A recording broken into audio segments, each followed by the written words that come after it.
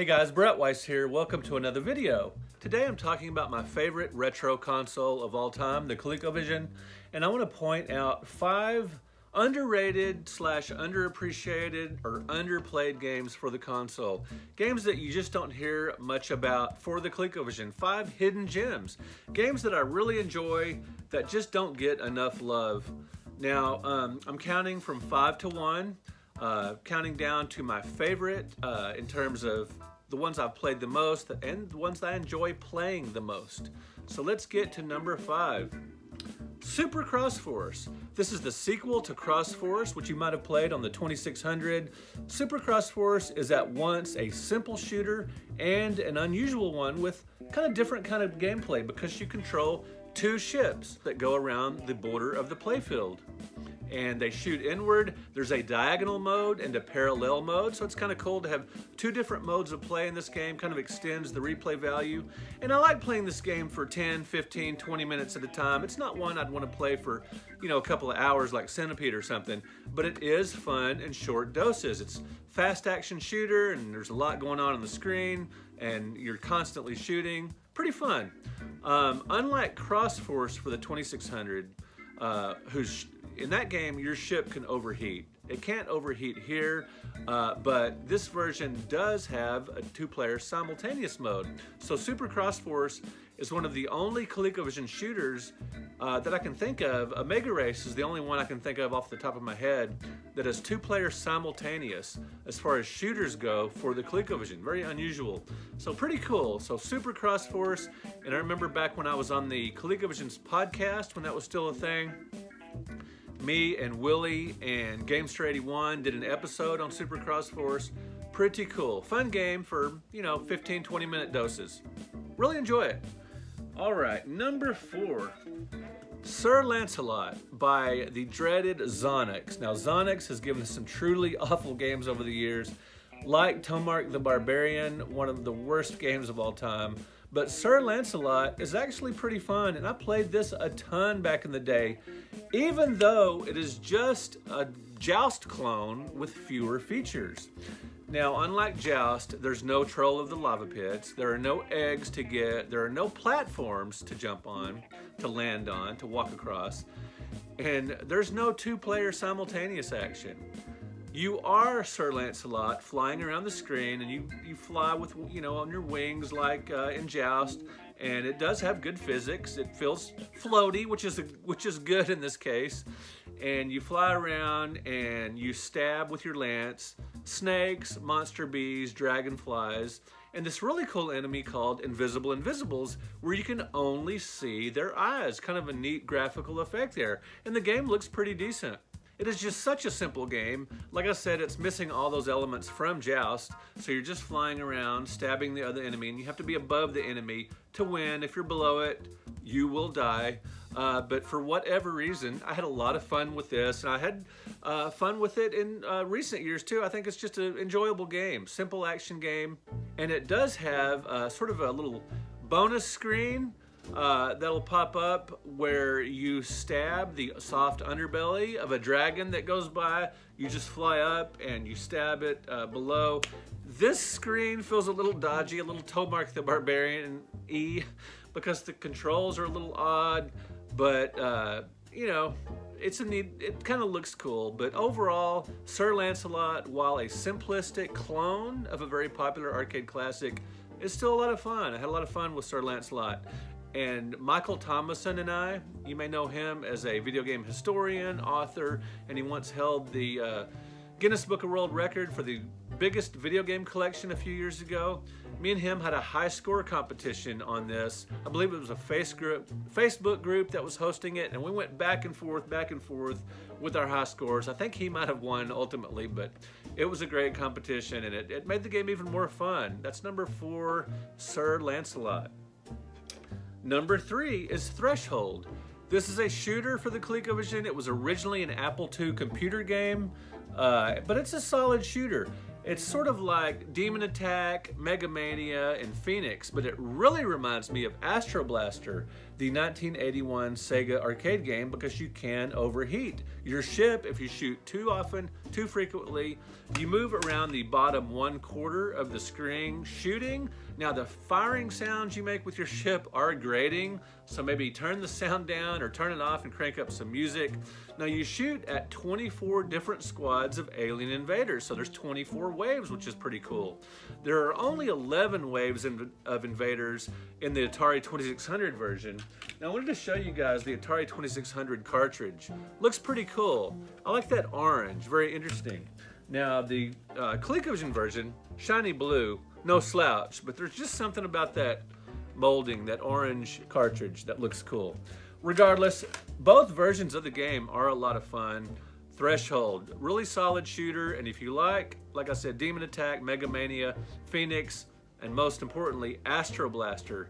Astro Blaster is a little more obscure than those three games I'm comparing it to, but if you were back in the arcades, you know, like I was back in the day, I was 14 when Astro Blaster came out, loved it, great game, or, you know, just really difficult and challenging, and Threshold has some challenges too.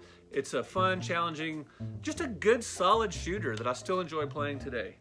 Now, also like Astro Blaster, a similar feature in Threshold, it's got a hyperdrive where you are supposedly moving so fast that the enemy ships slow down. This is basically sort of just like slow-mo, where the enemy ships go faster and you're going the same speed. This is like the warp feature in Astro Blaster.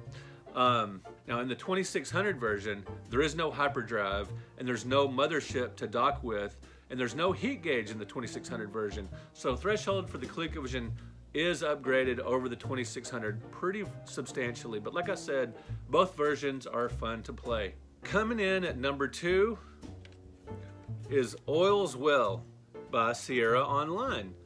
Oil's Well is just fantastic. This is a truly great game. It is similar to Anteater, the 1982 arcade game, and like the computer version of this game, you got a retractable drill through tunnels in 8 different mazes. So yeah, unlike Miss Pac-Man that has 4 mazes, or Pac-Man that just has 1, Oil's Well has 8 mazes, which is awesome. Now, what's really interesting about this game is the drill bit. You're guiding around underground, you're gobbling, you know, oil pellets. It is tethered to at the top of the screen. Now this makes it a lot different than Pac-Man. That really sets it apart, because at certain points in the game, you'll need to zip back up very quickly to the top, because they're, you know, so the enemies don't get you.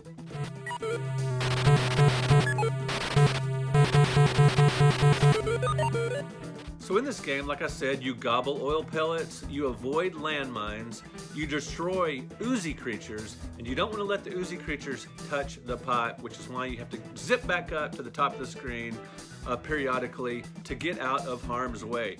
That is Oil's Well, just a phenomenal game and a really strong contender for, you know, best of lists for ColecoVision. Now, I actually prefer some of the other ColecoVision maze games because the ColecoVision is such a strong console for maze games. Ladybug, Mousetrap, Pepper 2, oh my gosh, Oil's Well just adds to that ColecoVision legacy of having amazing maze games. So Oil's Well at number 2.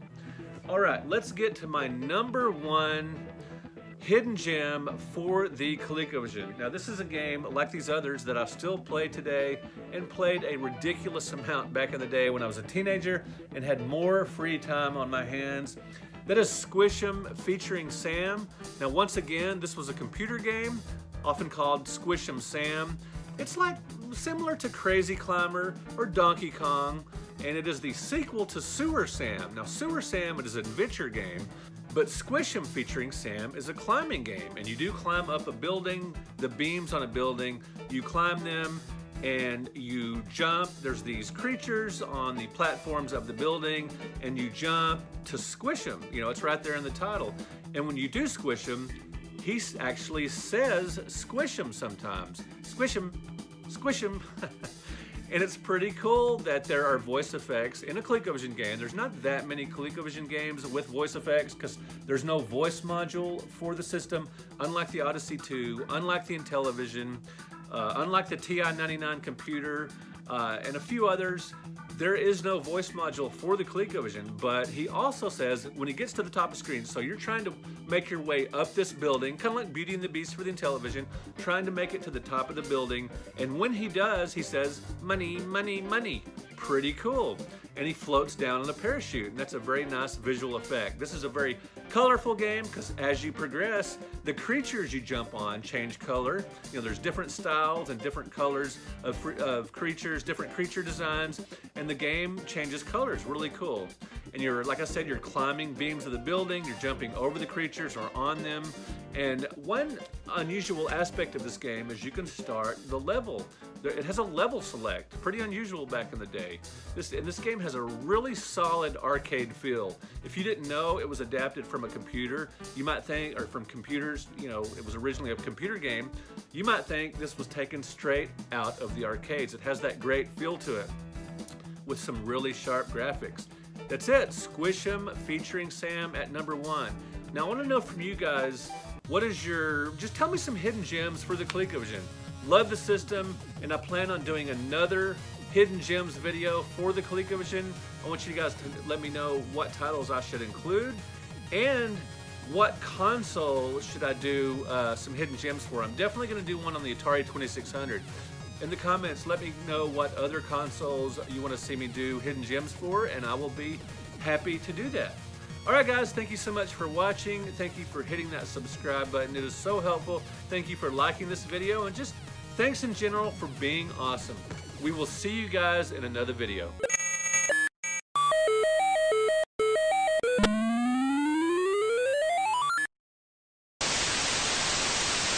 If you're a fan of my work, you might want to consider supporting me on Patreon. For just a low fee each month, you get a lot of extra content. Another way to support the channel and my writing career is to buy books direct from me, including the 100 Greatest Console Video Games, the Classic Home Video Game Series. It's like an encyclopedia set. And this massive bad boy, the NES Omnibus Volume 1 A through L. I will put links in the description of this video where you can buy books direct from me and where you can support me on Patreon.